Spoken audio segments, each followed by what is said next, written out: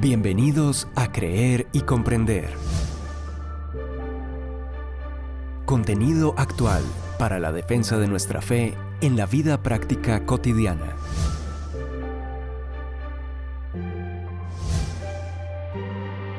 Un tiempo de aprendizaje junto al autor, conferencista y apologista Arturo Rojas. Iniciamos. Buen día a todos. Vamos hoy con el tercero de la serie de podcasts extractados de los capítulos de mi último libro, El escándalo del cristianismo, que pueden ver en pantalla. Una serie que lleva como título Casas de oración o cuevas de ladrones, basadas en el recordado pasaje de Mateo 21:13 que dice: Escrito está, les dijo, mi casa será llamada casa de oración, pero ustedes la están convirtiendo en cueva de ladrones. Hoy vamos a ocuparnos de los ladrones de la justicia, comenzando por leer lo dicho por Pablo en la epístola de los Romanos con estas palabras. Así está escrito: no hay un solo justo, ni siquiera uno. No hay nadie que entienda, nadie que busque a Dios. Todos se han descarriado, a una se han corrompido. No hay nadie que haga lo bueno. No hay uno solo, pues todos han pecado y están privados de la gloria de Dios. Romanos 3, 10 al 12 y 23. Justicia es el gran clamor y el mayor anhelo de las más sensibles conciencias humanas, e incluso de las no tan sensibles a lo largo de la historia. Y la Iglesia tiene el potencial para ser una de las instituciones que más la promueve. Por eso, cuando la Iglesia no honra la justicia como podría y debería, está despojando a sus miembros de una de sus más valiosas posesiones e incubando en su seno una nueva cueva de ladrones, en este caso de la justicia, y brindando también ocasión a quienes no forman parte de ella de señalarla por esta causa. Y es que, desde el punto de vista teológico, la justicia es tal vez el tema que abarca y cobija el mayor número de asuntos abordados en la Biblia y provee la clave para la comprensión de una gran cantidad de doctrinas propias del cristianismo, estrechamente relacionadas con la justicia. Comencemos por establecer que la justicia es tanto algo que se es como algo que se hace. En cuanto a lo primero, hablamos entonces de ser justos. Y acerca de lo último, se trata de determinar si actuamos o no con justicia. Las preguntas que debemos formularnos en este punto son: ¿es posible actuar con justicia sin ser justo o viceversa? Y si la respuesta a ambas es negativa, ¿cuál es pues el orden correcto? ¿Ser primero justo para poder actuar con justicia o actuar con justicia para llegar a ser justo? Y aquí es donde comienzan a aparecer los malentendidos, que terminan haciendo las veces de ladrones de la justicia en la iglesia. Porque en realidad no estamos aquí frente al típico dilema de ¿qué fue primero, el huevo o la gallina? Pues en la Biblia el orden es claro. Hay que ser primero justo para actuar con justicia de manera consistente y auténtica. Por eso, las primeras tradiciones a la justicia en la iglesia corren por cuenta de quienes invierten los términos y plagian de este modo la genuina justicia al pensar de manera ingenua, engañosa y contraria a las Escrituras que se puede llegar a ser justo realizando actos de justicia. Los griegos así lo creían. Aristóteles dijo que la excelencia moral es resultado del hábito. Nos volvemos justos realizando actos de justicia. Y los judíos del Antiguo Testamento también pensaban así, circunstancia que llevó al apóstol Pablo a referirse a sus propios compatriotas con estas palabras de censura. Hermanos, el deseo de mi corazón y mi oración a Dios por los israelitas es que lleguen a ser salvos. Puedo declarar a favor de ellos que muestran celo por Dios, pero su celo no se basa en el conocimiento, no conociendo la justicia que proviene de Dios y procurando establecer la suya propia, no se sometieron a la justicia de Dios. Romanos 10, 1 al 3.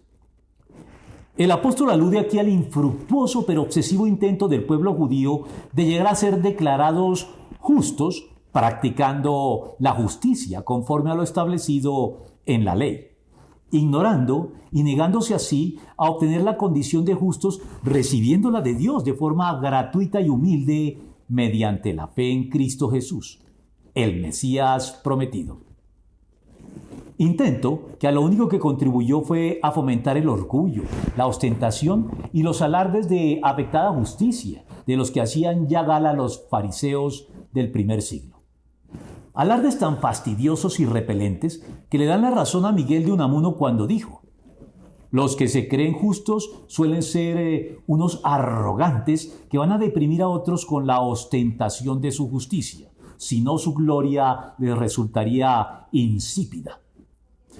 Una justicia que deja mucho que desear y que está muy lejos de alcanzar la norma establecida en el Evangelio, que como ya lo vimos en nuestro podcast sobre los ladrones del diezmo, colocó la vara mucho más alta de donde la había puesto el judaísmo del Antiguo Testamento.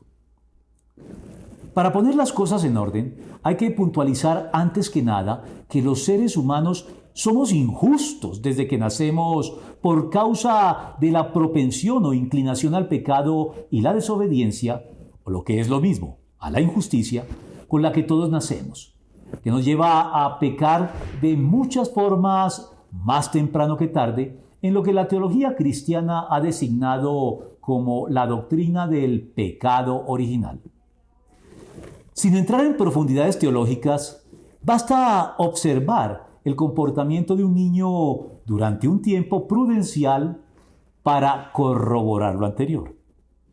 Tanto que para refutar a Pelagio, monje británico de la antigua Roma que negó la doctrina del pecado original, John Ortberg dijo simplemente: Pelagio, por supuesto, no tuvo hijos.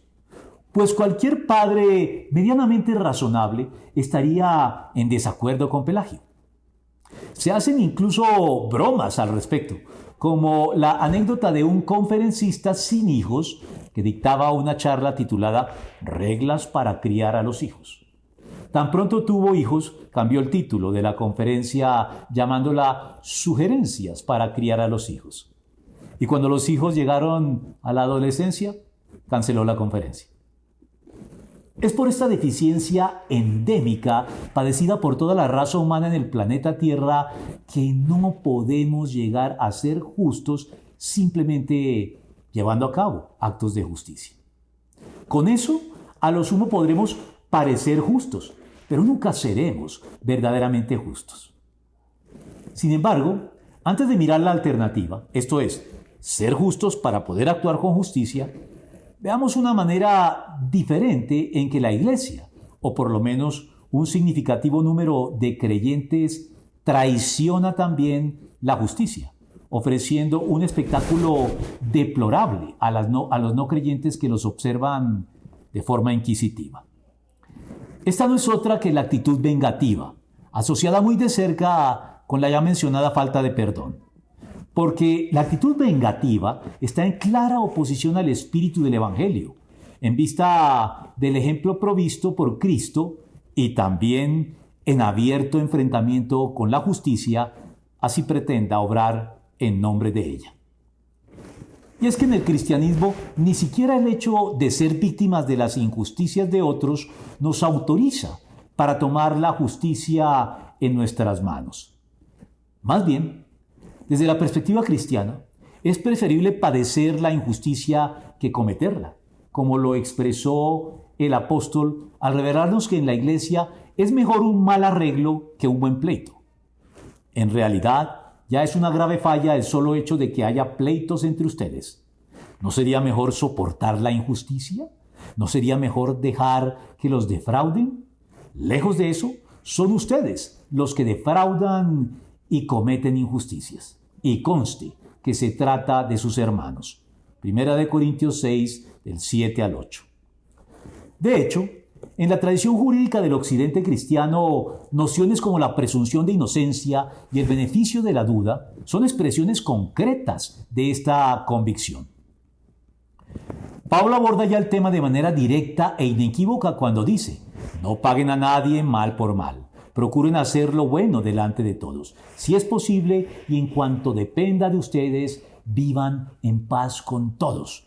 No tomen venganza, hermanos míos, sino dejen el castigo en las manos de Dios, porque está escrito: mía es la venganza, yo pagaré, dice el Señor.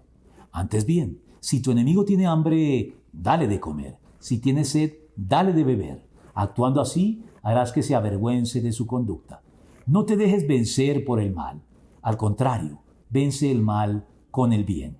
Romanos 12, 17 al 21. El vengativo nunca actúa con justicia, pues, como lo complementa Santiago, la ira humana no produce la vida justa que Dios quiere. Santiago 1:20. Y debido a sus inevitables excesos, desemboca en un círculo vicioso de venganzas y contravenganzas, que como una bola de nieve crece cada vez más sin detenerse.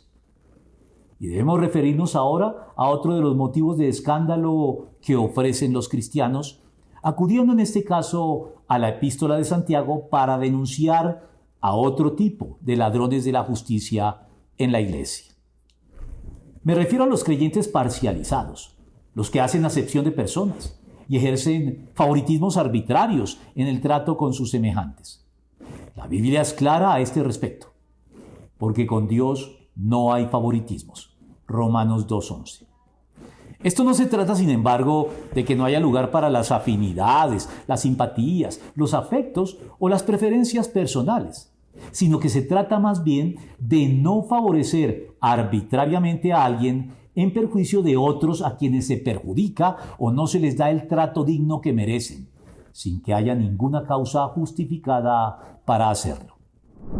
La corrupción, una pandemia de la clase política de las naciones tercermundistas que lo contamina todo sin respetar ni siquiera la Iglesia, es de hecho una de las formas más indignantes de parcialidad que pone en evidencia la injusticia de quienes, mediante el pago de sobornos, cohechos, desfalcos, peculados y malversaciones de todo tipo, favorecen a unos pocos en perjuicio de muchos.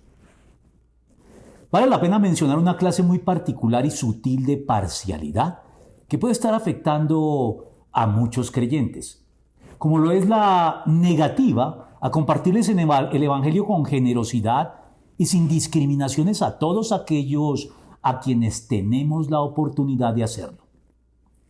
El apóstol Pedro fue, en principio, víctima de este sesgo, cuando se negaba a hablarles del Evangelio a los gentiles, y solo lo hacía con los judíos. Pero Dios lo condujo sin darle opciones a la casa de un gentil, el centurión romano Cornelio, para que le anunciara también a él y a su familia el Evangelio de Cristo. Y solo mediante esta experiencia Pedro pudo comprender y corregir este injusto sesgo, como él mismo lo reconoció en su momento. Ahora comprendo que en realidad para Dios no hay favoritismos, sino que en toda nación Él ve con agrado a los que le temen y actúan con justicia. Hechos 10, 34 al 35. La parcialidad es además el caldo de cultivo de otro tipo de injusticia que reviste mayor gravedad en la iglesia: la indolencia social, es decir, los que son indiferentes a la justicia social. El protestantismo evangélico ha sido especialmente vulnerable a este mal debido a su característico énfasis en la evangelización, en la fe y en la conversión personal y su correspondiente condenación de las buenas obras como medio de salvación. En un contexto como este, es fácil que lleguen a ignorarse las implicaciones sociales del Evangelio, tales como el servicio y la acción social, imprescindibles para establecer la tan anhelada justicia social, tal y como aparece repetidamente en las arengas y denuncias de los profetas del Antiguo Testamento. La acción y el servicio social se terminan viendo con sospecha y con recelo, pues se teme equivocadamente que al practicarlos estamos cayendo de nuevo en el error de pensar que la salvación es por obras. No olvidemos que la indolencia social de amplios sectores de una iglesia que hacía al mismo tiempo ostentación de sus riquezas, una de las motivaciones y de los pretextos que abonaron el surgimiento de ideologías seculares como el marxismo y el comunismo ateo, a la par con sus equivalentes eclesiásticos en movimientos como la teología de la liberación, que para resolver las injusticias sociales a las que la Iglesia ha sido indiferente, optan por la revolución armada en la que el remedio termina siendo peor que la enfermedad.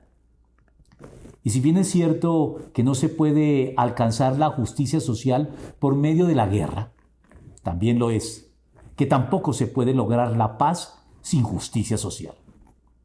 Por eso, la impunidad en todas sus formas, desde la que ampara la corrupción y el desgreño administrativo en las altas esferas de gobierno, hasta la que hace la vista gorda ante infracciones menores, fomenta el delito y la injusticia social.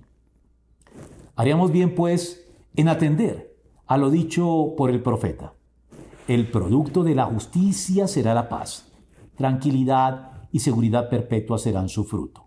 Isaías 32, 17. La alternativa que el Evangelio nos brinda ante este patético panorama de una humanidad injusta tratando de parecer justa, honrando en la superficie la justicia de manera necesariamente precaria y engañosa, es transformarnos en gente justa para que únicamente así podamos comenzar a practicar la justicia de forma consistente y coherente con nuestro nuevo y recién adquirido carácter de justos. Leámoslo en la pluma del apóstol Pablo. Pero ahora, sin la mediación de la ley, se ha manifestado la justicia de Dios, de la que dan testimonio la ley y los profetas. Esta justicia de Dios llega mediante la fe en Jesucristo a todos los que creen. De hecho, no hay distinción, pues todos han pecado y están privados de la gloria de Dios. Pero por su gracia son justificados gratuitamente mediante la redención que Cristo Jesús efectuó. Dios lo ofreció como un sacrificio de expiación que se recibe por la fe en su sangre para así demostrar su justicia. Anteriormente, en su paciencia, Dios había pasado por alto los pecados, pero en el tiempo presente ha ofrecido a Jesucristo para manifestar su justicia. De este modo Dios es justo y a la vez el que justifica a los que tienen fe en Jesús. Romanos 3, 21 al 26. Concluyendo un poco más adelante de manera sintética. En consecuencia, ya que hemos sido justificados mediante la fe, tenemos paz con Dios por medio de nuestro Señor Jesucristo. Romanos 5:1. Hemos sido justificados. No se trata tan solo de ser absueltos de culpa o declarados inocentes en el tribunal divino, sino de ser constituidos y declarados justos, para ahora sí, habiendo cumplido la previa y necesaria condición de ser justos, poder practicar con toda ventaja actos de justicia acordes con nuestra nueva condición. No ya para tratar o aparentar ser justos, sino como consecuencia de serlo, puesto que al que no cometió pecado alguno, por nosotros Dios lo trató como pecador, para que en él recibiéramos la justicia de Dios. Segunda de Corintios 5:21. O mejor aún, porque Cristo murió por los pecados una vez por todas, el justo por los injustos, a fin de llevarlos a ustedes a Dios. Primera de Pedro 3:18. Después de todo, el nuevo pacto suscrito por Dios con la humanidad entera, y no solo con los judíos en el Evangelio, fue ya descrito con estas palabras por el profeta Jeremías: haré que haya coherencia entre su pensamiento y su conducta, a fin de que siempre me teman para su propio bien y el de sus hijos. Jeremías 32:39. Porque coherencia es de lo que carecen los injustos tratando de obrar con superficial justicia. Pero al justificarnos o declararnos justos por la fe en Cristo, podemos entonces actuar con coherencia, pues al actuar con justicia estaremos obrando ahora en concordancia con lo que ya somos. Este es en consecuencia el enfoque correcto de la justicia en la Iglesia. Y todo planteamiento diferente no le hace justicia a la justicia. Por eso, con todo esto en mente, se entiende el deseo expresado por el apóstol Pablo al declarar: no quiero mi propia justicia que procede de la ley, sino la que se obtiene mediante la fe en Cristo, la justicia que procede de Dios, basada en la fe. Filipenses 3:9. Deseo que todo creyente debería compartir y suscribir personalmente para llegar a ser lo más coherente posible en su práctica de la justicia y ofrecer así un ejemplo digno de imitar a quienes se hallan al margen del Evangelio, estimulándolos a no quedarse allí, sino a acogerse a Él por medio de la fe que nos justifica y nos capacita para actuar con consistente justicia en nuestro diario vivir. Esto es todo por hoy. La próxima semana nos ocuparemos de los ladrones de la responsabilidad. Como siempre, si les gustó, háganoslo saber.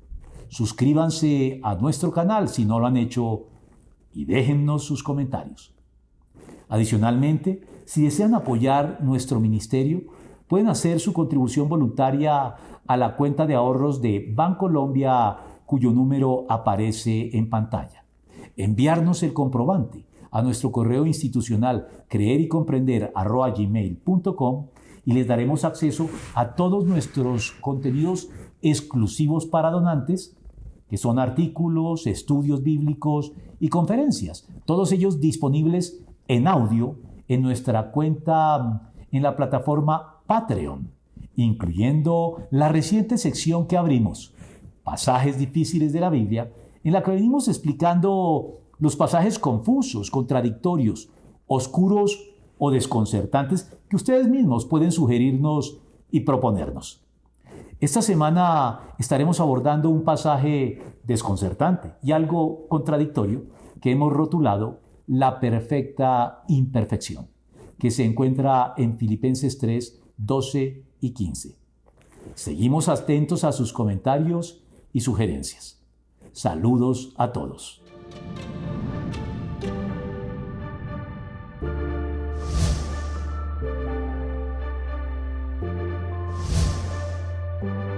Confiamos en que este tiempo de aprendizaje te haya sido de provecho. Te invitamos a compartirlo, suscribirte y seguirnos en nuestros canales digitales de Creer y Comprender. Hasta nuestro próximo podcast.